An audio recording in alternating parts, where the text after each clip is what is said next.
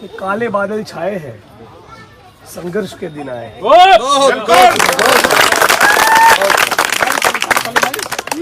और अब जिन दिन संघर्ष के आ ही गए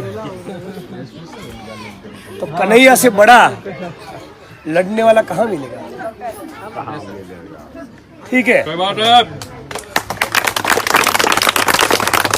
आप लोगों का, सारे लोगों का चेहरा और आपके चेहरे पर जो भाव है, वो भाव के अंदर एक मैसेज छुपा है।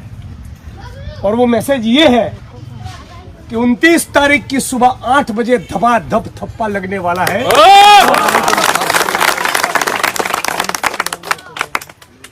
लेकिन जब आप सारे साथियों ने ये तय कर लिया है कि कन्हैया को जिताया जाए, तब एक और काम करना बाकी है जो जिम्मेवारी हमारी भी है। और यहां जो भी बुजुर्ग बहनें, माताएं, युवा साथी मौजूद है, इन सब की है वो ये है कि रात बहुत छोटी सी है और इस छोटी सी रात में इतने वेश बदलने हैं कि गुजराती की हमारी कहावत है, वेश बहुत बदलना है और रात बड़ी छोटी सी है। वक्त की नजाकत को समझकर यहां बैठे बैठे खैनी मारने के बजाय युवा साथी 5-5, 10-10 लोगों की टोली जमा कर अगल बगल के 1-2 गांव में भी चले जाए तो संघर्ष के इस माहौल में और थोड़ी ऊर्जा का प्रदान होगा।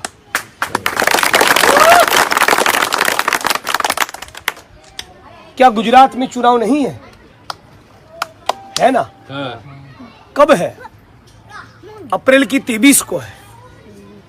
आपसे भी पहले बिहार के पहले गुजरात के चुनाव है, फिर भी अपने गांव, अपने शहर, अपना मत क्षेत्र, अपना राज्य, ये सब छोड़कर यहां इसलिए आए हैं। यहां पर यदि साथी कन्हैया कुमार जीतते हैं तो गुजरात को भी बल मिलेगा, बिहार को भी बल मिलेगा, पूरे देश को भी बल मिलेगा।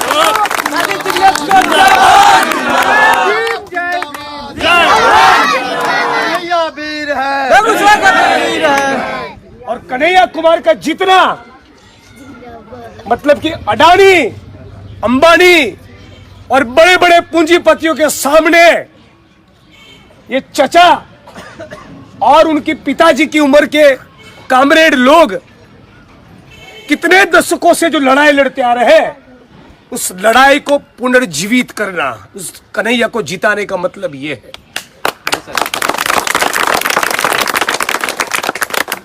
यदि कन्हैया दोबारा जीतता है, यहां पर बेगूसराय में कन्हैया जीतता है, तो वाम पंथ का एक नए किस्म का उभार हम देख पाएंगे। सैकड़ों बुजुर्ग जो वाम पंथ के साथ दिल से कनेक्टेड तो है, लेकिन थोड़े थके हैं, उनमें नई ऊर्जा आएगी। और जिन्होंने वाम पंथ को देखा समझा नहीं, ऐसे नव युवक भी समझना चालू करेंगे। तो बुजुर्गों का अनुभव, युवा साथियों का जोश, सीपीआई का यहां आधार और कन्हैया का नाम इतना हो गया, तो फिर देखिए 2020 के विधानसभा के चुनाव का रंग क्या होता है। और आज जब मोदी, जो हमारे गुजरात से है, लेकिन क्या करें, झूठे स्वर मोदी को तो झूठा ही कहना पड़ेगा। तो झूठे मोदी ने इस मुल्क को जो हिंदू मुसलमान में बांटने की जरूरत की, उसकी आंखों में आंख डालकर जब बीहट का छोरा इस देश की पार्लियामेंट में बात करेगा तो क्या मजा आने वाला है।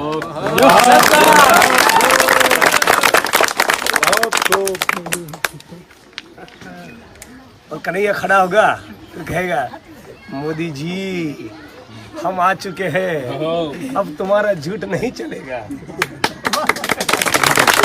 नहीं कि नहीं है? तो साथियों,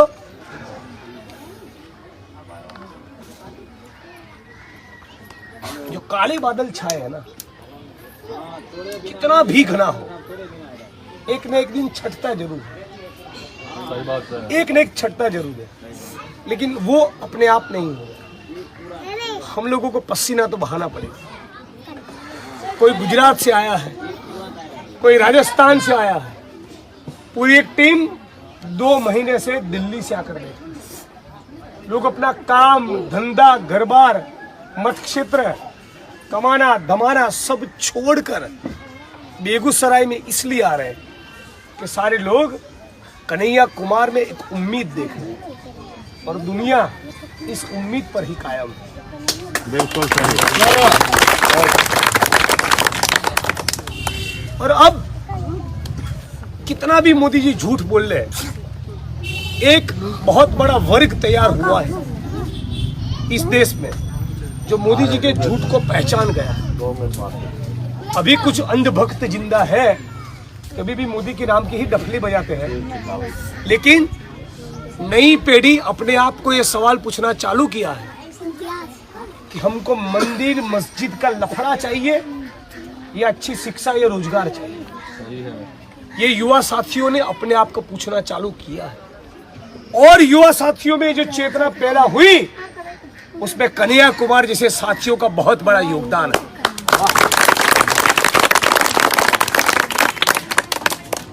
और आप सभी को यही कहकर अपनी बात को खत्म करते हैं कि जितने भी साथी बिहार और बेगूसराय के लोगों को मिले, जितने भी लोगों से बात हो और जो भी मोदी जी की तारीफ करे, उनको एक सवाल पूछो, सिर्फ एक सवाल। गुजरात के अंदर जब बिहार के मजदूरों को मारा जा रहा था, तब प्रधानमंत्री कौन सा मंजीरा बजाने बैठे थे? ट्वीट भी नहीं करते थे। जब बिहार के लोगों को गुजरात में मारा गया, भगाया गया, तब हार्दिक पटेल बोले हैं और हम बोले हैं, ये गिरगिट सिंह नहीं बोला और मोदी भी नहीं बोला।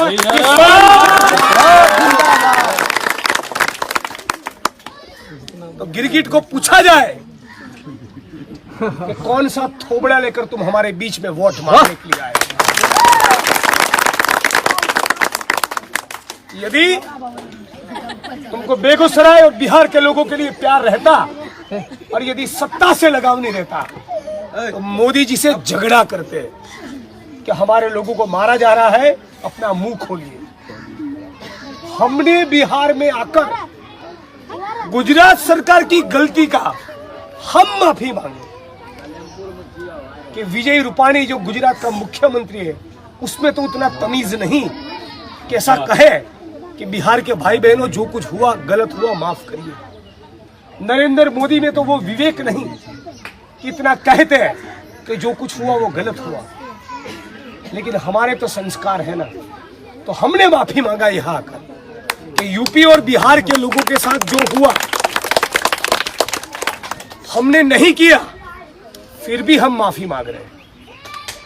लेकिन प्रधानमंत्री, जो देश का प्रधानमंत्री भी था, गुजराती भी था, उसने यदि एक लाइन में कहा होता कि गुजरात के भाई बहनों, ये हमको शोभा नहीं देता, ये मत करिए बिहार के मजदूरों के साथ, तो पूरा माहौल ठंडा हो जाता।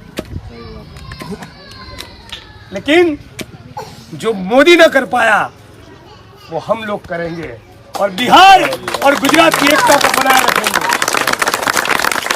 और कन्हैया कुमार और जिग्नेश मेवानी बिहार और गुजरात का मजदूर और गरीब मजलूम एक साथ मिलकर लड़ेगा, एक साथ मिलकर संघर्ष करेगा और एक साथ मिलकर इंकलाब जिंदाबाद का नारा लगाएगा। तो बिहार के संघर्ष में भाग लेने के लिए, हिस्सा लेने के लिए गुजरात से चलकर हम आए हैं, और गुजरात में जब लड़ाई होगी गरीब आदमी की, तो बेगूसराय के सांसद डॉक्टर कन्हैया कुमार को भी ले जाएंगे।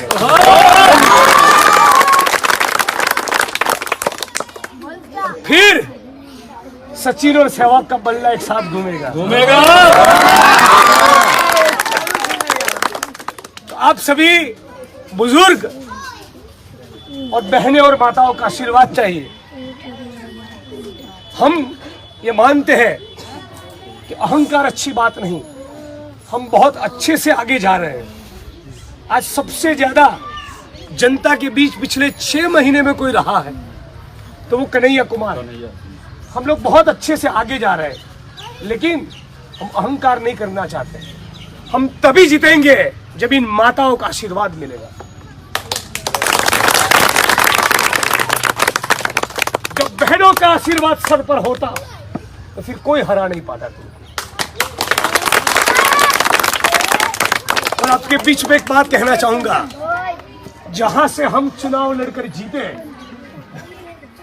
किसी का भी कांटेक्ट निकालकर गुजरात के हमारे वडगाम विधानसभा क्षेत्र से किसी भी समुदाय के व्यक्ति के साथ बात करिए, आपको कहेंगे कम से कम 1000 बहनों ने हमारे लिए रोजे रखे। 1000 बहनों ने।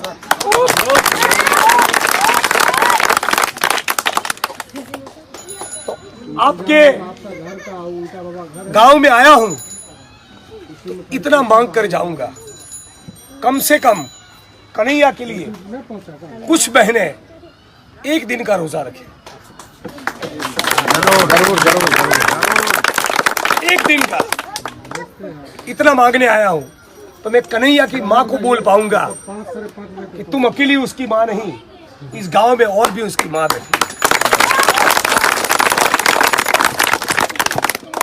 तो आपका आशीर्वाद लेकर दूसरे गांव में जाते हैं।